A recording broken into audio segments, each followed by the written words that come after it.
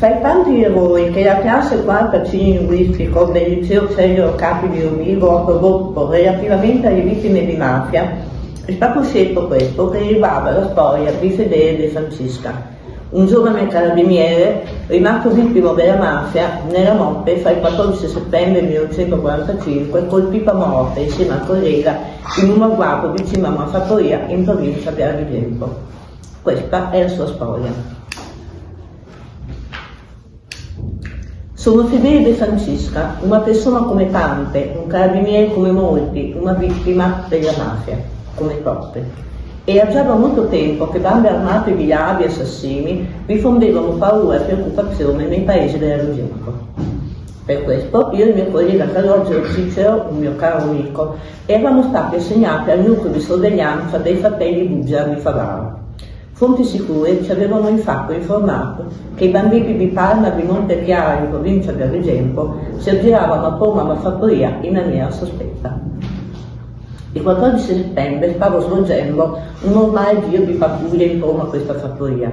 Era sera tardi, ricordo l'aria fresca di campagna che faceva affiorare nella mia mente ricordi dolci, nostalgici della mia infanzia, le estati passate nella fattoria del nonno, le sere fra gli amici, le cene in famiglia.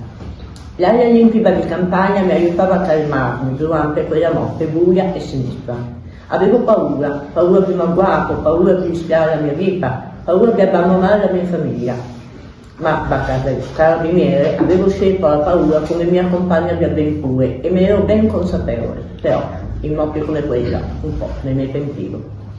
Stavo ripercorrendo il solito tragitto quando dalla radio trasmittente arrivò il messaggio di Cicero. Aveva trovato un sospetto bandito appostato dietro un masso sulla sommità della collina. Poco dopo, spara. Accorsi subito ad aiutare Cicero, eravamo riusciti a catturare quel malfattore, ma gli spari avevano attirato l'attenzione di altri banditi. Cominciarono a sparare verso di noi, non mi sentivo più elegante, la mia mente era annebbiata. C'era fra ormai, riuscirò a sopravvivere? Non riuscivo a pensare ad altro. Mentre ricaricavo la pistola mi accorsi che Cicero era a terra in una coppa di sangue. Corsi da lui immediatamente, era ferito alla coscia e al fianco sinistro, aveva perso coscienza.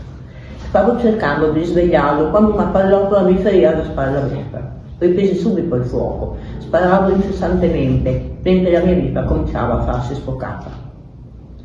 Avevo paura per Cicero, ce l'avrebbe fatta. Avevo paura per la mia famiglia, come si sarebbe sentita se fossi morto. Sì, la morte, lei mi faceva paura, in quel momento più che mai, ma poi un'ultima pallottola sul petto, un ultimo respiro, l'aria era ancora fresca, che sollievo, poi un bruciore lancinante, sentivo delle voci in lontananza, sempre più lontane, fino a svanire, e con loro pure io.